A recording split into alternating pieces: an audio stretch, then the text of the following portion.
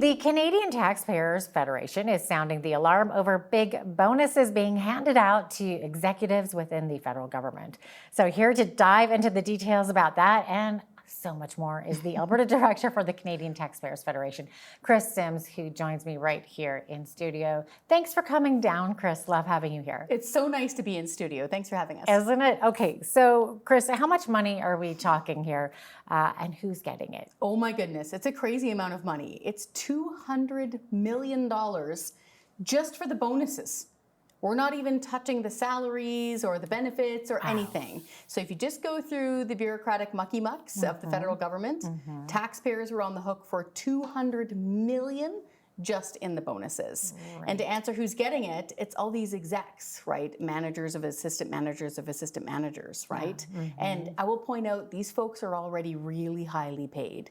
These people are, yeah, they're making well over 200 grand, most of them, per year. Wow, and that's not including these bonuses. Exactly. And didn't CBC have to do a bailout at one point from the government? Yeah. So, but they're claiming, oh no, this isn't part of the bailout money. I know, isn't it so ridiculous? If they had the money to give out these bonuses, why were they asking for bailout money? Yeah, great question. Great question. And what's silly about the CBC is that they tried calling it, oh, it's not really a bonus. They started playing, word games in the middle of committee. Yeah. It's actually called risk pay or performance pay. Any normal person would consider this a bonus. And what was really funny is that when we got a hold of the actual documents, the physical documents for the CBC a few years ago, they called it a bonus in their own internal documents. Of course. Yeah. The issue here, especially when it comes to bureaucrats, even outside of the CBC, is that what are we getting in return, right? Where's the value? Exactly. Great question. Where's the value? Because what I found funny, and my colleague Franco Terrazzano dug this up federally, is that they'll set their own standard and they barely meet it, like 50% of the time. They're failing their own report card. I seem to remember doing an interview with Franco, and he said that they started moving the bar lower in order to reach it or exceed it. Exactly. And then they could justify giving bonuses. And even now, even though they did that, they're still only reaching them like 50% of the time. It's absolutely ridiculous. What's funny is if you break this down, so Canada Post, I couldn't believe this number. I actually don't know how it's mathematically possible. But last year, they handed out $30 million in bonuses at one Crown Corporation. Picture $30 million just in the bonus pay, not even touching the salary, not touching all the benefits. I don't even know mathematically how that's possible. Right. It might have been Canada Post that was changing the bar. Yeah. I might have that wrong. All of them do it, frankly. Frankly, CMHC, Canada Mortgage and Housing Corporation, their main job is to keep housing affordable in Canada. They're failing, but they're still handing out bonuses. So it's definitely something we need to watch for, and we need to rein this in. Yeah, in the real, I say in the real world, So but in the normal people's jobs, don't you have to sort of attain a bonus by reaching a certain level, by doing an exemplary job? Yeah, of course. Excellent job. Exactly. So when your boss comes to you and says, hey, you did an outstanding job this past year, great interviews, great questions, good job, here's a bonus. But instead, in the world of government, it's like, hey, you barely showed up to work, you barely scraped by with your own performance targets. By the way, the majority of Canadians think they're getting less product for their money, less services for their money. So we're getting less back in return. But here's a bonus anyway. That's what's happening. And technically it's taxpayers paying for these, isn't it? Oh yeah, every single nickel of this is taxpayers' money. Sorry, I'm bumping the chair. It's every single nickel is taxpayers' money. It's not as if that the government has some investment fund and they're able to give out bonuses based on that. I'll also point out, this is the silliest part of the bonuses. Alto, which is an offshoot of Via Rail. That's the newly formed Crown Corp for the high-speed rail. And you and I have been in media for long enough to know that they've been promising a high-speed rail corridor from Quebec to Windsor since Mulrooney, since before Mulrooney. So they haven't laid 1 centimeter of track. They haven't even decided on a route yet. But we're still paying $2 million to their executives just in bonuses this year. Good job, guys. For an imaginary railroad. Just add government. Oh my gosh. Okay, Kris, let's talk about online streaming service and the tax.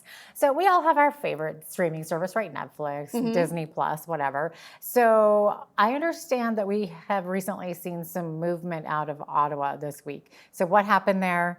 And what will this cost us? Will it cost us more or less? Great question. So you're right. I guess gotta say, we get a lot of response to the streaming tax thing.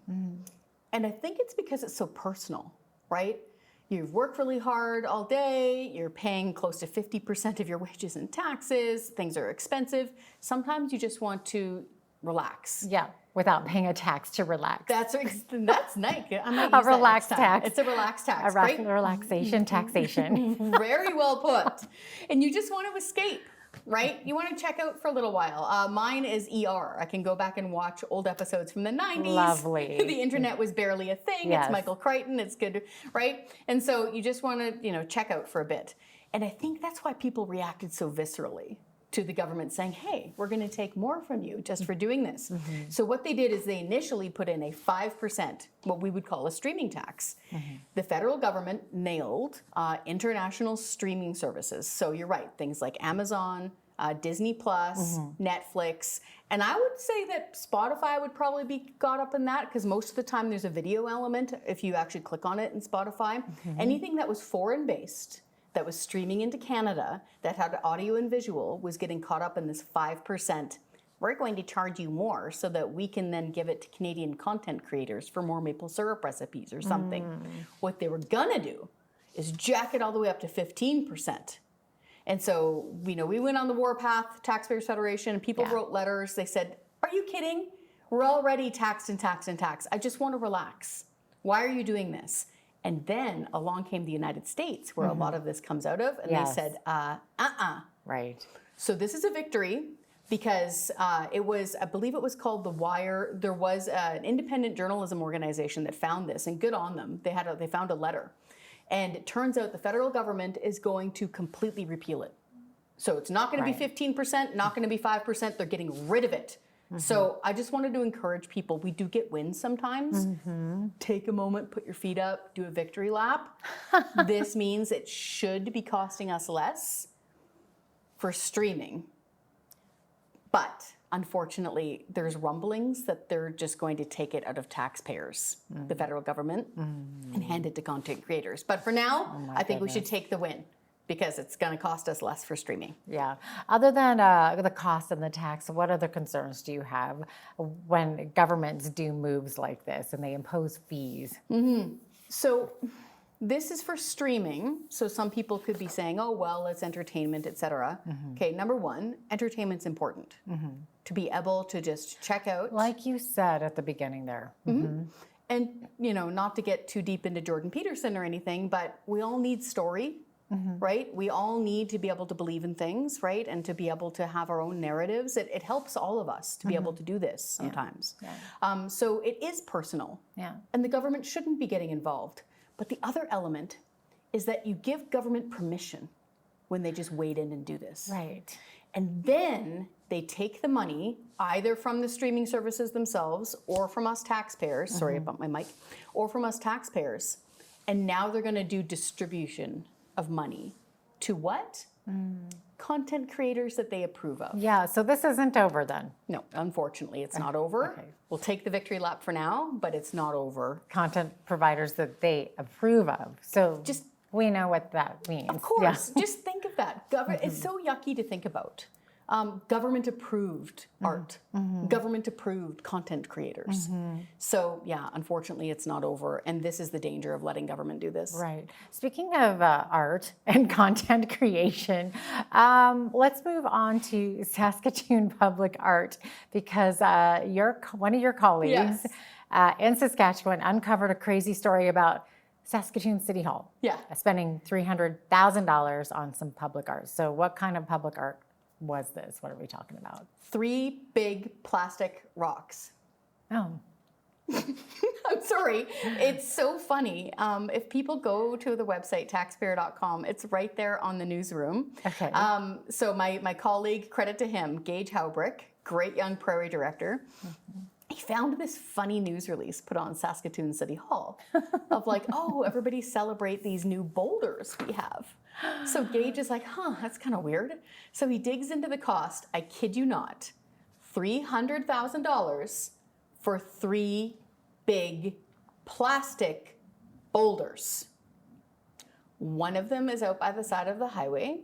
Okay, these are huge then. Yeah. Okay. But they're plastic. They're big fake plastic rocks. Okay. One of them is at the dump behind a fence. One of them, I'm sorry, I find this so funny, and one of them is just plopped in the middle of a city park. Oh. Yeah. Okay. The funny thing, I find this funny for 2 reasons. One, there are real rocks. Well, now I'm picturing something gigantic that you can see from the highway. That's bigger than a building. It's like about half the size of this desk. Oh. So How could people see it then from the highway? Great question. Yeah, I could see. But I don't know what to say, Kris. I know. I'm trying to give them the benefit of the doubt. I know, right? But you can't because it gets funnier. Okay. So one, the real boulders are interesting. I forget what they're called. There's a certain geological term. I'm a bit of a rock hound, so I like rocks. Okay. Right? And they look like big granite ones, but they're fake. The interesting thing about the real boulders is that why is there suddenly a boulder in the middle of the prairie? Well, they were left behind by the glacier. So they're just sitting there. Oh. The thing about these, though, is that they're pretend. And we spent $100,000 a piece. Yeah. Saskatoon taxpayers did. Yeah. The extra funny part, I'm sorry, I'm going to try to get through this without snorting while laughing. They sent out this like special 3D camera scanner to capture the likeness of real boulders and then recreated them using recycled plastic Oh. for $100,000 a piece. I don't know if they got the boulders' consent Yeah. to have their likeness captured. Like, I'm sorry, this is such a silly waste of money. And here they have a property tax increase happening year after year in Right. Saskatoon. I think Gage worked it out. This is the annual property tax of like 118 households Yeah. to buy these fake That's the thing rocks. with government. They have different pockets of money earmarked for different things. Oh, we have to spend something on art. Let's do this. 3 big That's- plastic rocks Yeah. made out of recycled water bottles. Yeah.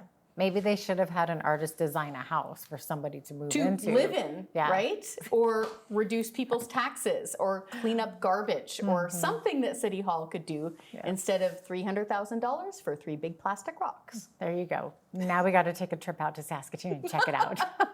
Kris, thanks so much for coming in today. It's always such a pleasure and always so entertaining Thank to you. talk to you, even though it's kind of eye-opening and shocking. But You laugh or cry. Thank you. exactly. Kris Sims is the Alberta Director for the Canadian Taxpayers Federation.